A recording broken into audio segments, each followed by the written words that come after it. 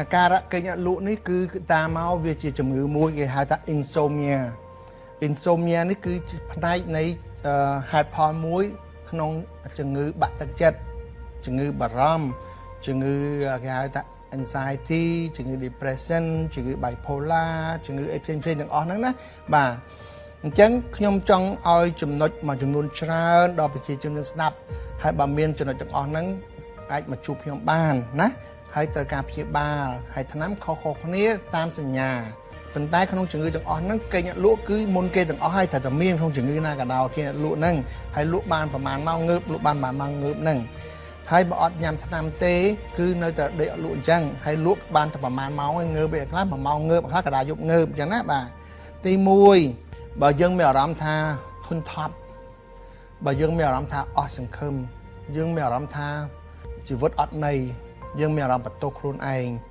យើងមានអារម្មណ៍ថាអ្វីៗដូចជាហាក់បីដូចជាស្ងួតស្ងាត់ណាហើយខ្លួនឯងមានដូចអារម្មណ៍លងលោចជួយមិនបានណា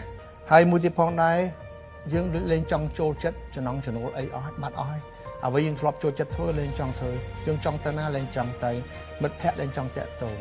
យើងចង់នៅតែក្នុងផ្ទះនៅក្នុងបន្ទប់បិទបានណូនដេកអត់ចង់ងើបហើយមួយទៀតផងដែរញ៉ាំចុកគឺបាត់អារម្មណ៍ចង់ញ៉ាំហើយញ៉ាំលេងចង់ចូលលេងចង់ញ៉ាំហើយបើញ៉ាំជ្រុលពេកក៏មានហើយកេងដូចថាមិនលក់ចេះតែគិតពីនេះគិតពីនោះគិតពីនេះគិតចង្ការដល់ចំណុចមួយភ័យស្លន់ស្លោធ្វើយើងស្លុតណាយំស្រែកអីទៅតែឯងចឹងទៅហើយមួយទៀតផងដែរមានអារម្មណ៍ស្ពឹកខ្លួនធ្ងន់ដៃធ្ងន់ជើងលើកអត់ចង់រួចបាទមានអារម្មណ៍ធ្ងន់ដៃធ្ងន់ជើងលើកចង់រួចហើយចាប់ដើមឆាប់ខឹងឆាប់មួម៉ៅឆាប់ឆេវឆាវហើយចង់ផ្ចង់អីមួយផ្ចង់អត់ចេញ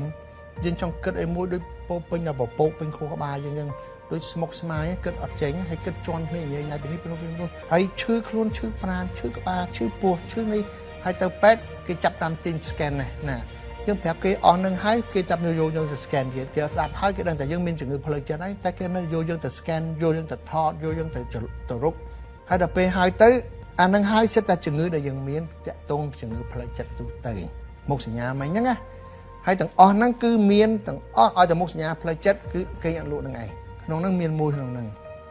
ហើយមានរោគសញ្ញាផ្លូវចិត្តមិនមែនយើងឈួតទេរោគសញ្ញាផ្លូវចិត្តមានជាងជិត300គាត់នៅមួយហ្នឹងគេរៀន3-10ឆ្នាំបានរៀនចប់ខាង psychiatrist MD Doctor Medicine ដែលផ្ដោតទៅលើផ្លូវចិត្តហើយមួយទៀតគេហៅ PhD Doctor Philosophy ផ្ដោតទៅលើ Clinical Psychology ហ្នឹង7ឆ្នាំចេញមកវិញអត់ព្យាបាលយើងបានទេប៉ុន្តែប្រឹក្សាណែនាំយើងបានព្រោះជំងឺផ្លូវចិត្តត្រូវការព្យាបាល3-4ប្រភេទអាមួយគេធ្វើ psychotherapy អត់បាត់ទេគេធ្វើ clinical or cognitive behavior therapy